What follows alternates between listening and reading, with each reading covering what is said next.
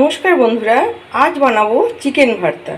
আপনারা অনেকেই চিকেন ভর্তা খেয়েছেন, কিন্তু আজ আমি যেভাবে চিকেন ভর্তা বানাবো সেটা খুব সহজ পদ্ধতিতে। তাহলে চলুন কিভাবে চিকেন ভর্তাটা করছি আপনাদেরকে দেখাই। এখানে আমি 4 পিস সলিড চিকেন নিয়েছি, আর সলিড চিকেন ছাড়া কিন্তু চিকেন ভর্তা ভালো হয় না।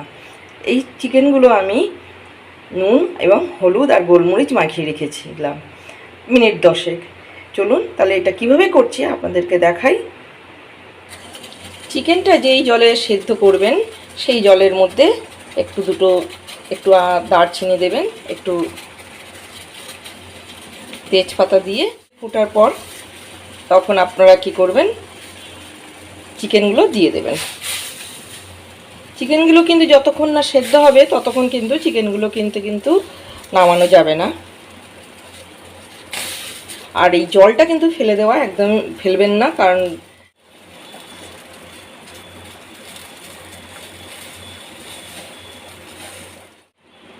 চিকেনটাকে যখন সেদ্ধ করবেন অবশ্যই কিন্তু চিকেনটা উল্টে দেবেন মাঝে সাঝে, নাহলে চিকেনটা এক পিঠ সেদ্ধ হবে আর এক পিঠ সেদ্ধ হবে না। এর মধ্যে যেহেতু নুন আর হলুদ মাখানো রয়েছে, আমি আর এক্সট্রাভাবে এই জলের মধ্যে নুন আর হলুদ দিলাম না। এই জলটা কিন্তু ফেলা যাবে না, কারণ জলটা কিন্তু চিকেন ভর্তায় লেগে যাবে। চিকেনগুলো সেদ্ধ হয়ে গেছে, এবার এটাকে সুন্দর করে ছাড়িয়ে নিতে হবে। আবার বলছি, জলটা কিন্তু একদম ফেলবেন না।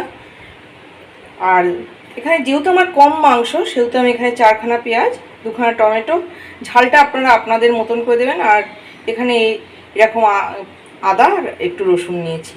চিকেন ভর্তায় বেশি মশলা লাগে না, আপনারা আপনাদের মতন দেবেন। যেহেতু আমি সহজ পদ্ধতিতে করব সেহেতু বেশি মশলা লাগে না। আর এখানে একটু গরম মশলা নিয়েছি, লঙ্কা গুঁড়ো, হলুদ গুঁড়ো, নুন আর মিষ্টিটা আপনাদেরকে আমি পরে দেখাচ্ছি।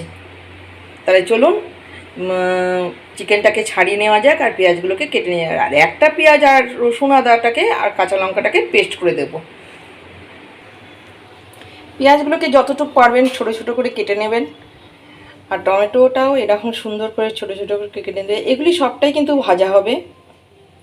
আর মাংসটা তো জানেনই এইভাবেই ছাড়িয়ে নিতে হয়।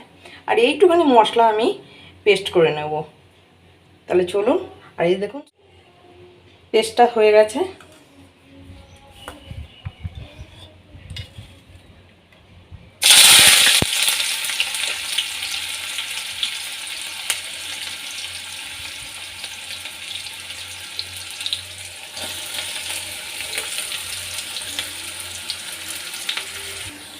পেঁয়াজটা ততক্ষণই ভাজবেন যতক্ষণ না পেঁয়াজের কাঁচা গন্ধটা চলে যায়।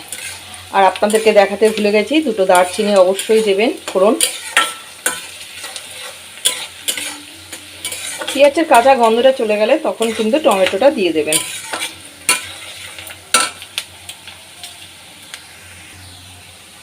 এবার কিন্তু দেখুন পেঁয়াজের কাঁচা গন্ধটাও চলে গেছে, আর পেঁয়াজের কালারটাও কিন্তু আলাদা হয়ে গেছে। এবার টমেটোটা দিয়ে দেবো। টমেটোটা মিনিট 2 ভাজার পর মাংসটা দিয়ে কিন্তু অবশ্যই ভাজতে হবে।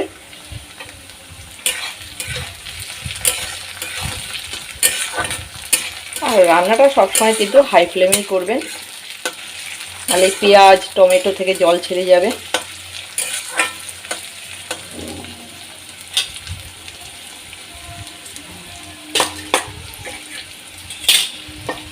এবার মাংসটা দিয়ে দেবো। যেহেতু এখানে আমার মাংসটা কম, সেহেতু আমি মশলাটাও কম দিলাম। আপনারা আপনাদের মতন করে রান্না করবেন। রান্না সবসময় কিছুটা নিজের মতন করেও করতে হয়। দেখাটা অবশ্যই জরুরি কী কী দেওয়ার জন্য, কিন্তু রান্নাটা সবসময়কে নিজেকে নিজের মতন করেই করতে হয়। আমার যদি এই সাধারণ সাধারণ রান্না আপনাদের ভালো লেগে থাকে, তাহলে যে যেখানে আছেন সেখান থেকে একটু কমেন্ট লাইক করবেন। আমি খুব সহজ পদ্ধতিতে রান্না করার চেষ্টা করি, মশলা কম। মাংসটা দিয়ে দেখবেন একটা যখন সুন্দর গন্ধ বেরোচ্ছে তখন কিন্তু মশলাগুলো দিয়ে দেবেন। মাংসটা দেখুন কি সুন্দর জলটা শুকিয়ে গেছে, মাংসের যে নিজস্ব একটা জল ছিল। এবার কিন্তু মশলাটা দিয়ে দেবো।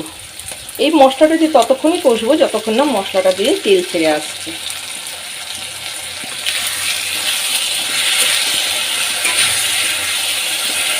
এখনও নুন আর চিনি অবশ্যই দেবেন, একটু চিনি না দিলে ভালো লাগবে না।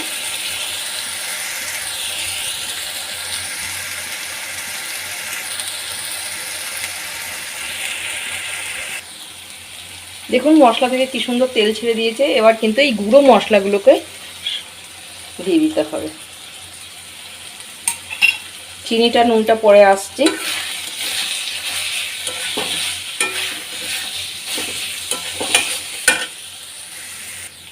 এবার নুনটা দিয়ে দেবো। নুনটা কিন্তু আপনারা বুঝে দেবেন, কারণ নুন দিয়ে কিন্তু চিকেনটাকে সেদ্ধ করা হয়েছিল। নুন চিনি একসঙ্গেই আমি দিয়ে দেবো, কারণ এটা একটু মিষ্টি মিষ্টি ঝাল ঝাল হলেই ভালো লাগে। রান্নাটা আমার হয়েই এসেছে। এবার কিন্তু মাংসের যে স্টকটা ছিল সেটা দিয়ে দেবো। এটা আপনারা আপনাদের মতন করে দেবেন। এইভাবে রান্না করে দেখবেন, অসাধারণ লাগে খেতে। রুটি, পোলাও, পরোটা এসব দিয়ে। ভাত দিয়ে অনেক সময় ভালো লাগে না। অনেক সময় দেখবেন বাড়িতে চিকেনের সলিড পিসগুলো কেউ খেতে চায় না, তখন কিন্তু আপনারা এইভাবে যদি রান্না করেন তাহলে দেখবেন সবাই এই রান্নাটাকে খেতে ভালোবাসছে এবং ভালোভাবে খাচ্ছে। তাহলে আমার রান্নাটা হয়ে এসেছে। এটা মিনিট 2 পর নামিয়ে ফেলছি। এইভাবে রান্না করবেন, আশা করি সকলেরই ভালো লাগবে। আজ তাহলে আসি বন্ধুরা, সবাই ভালো থাকবেন।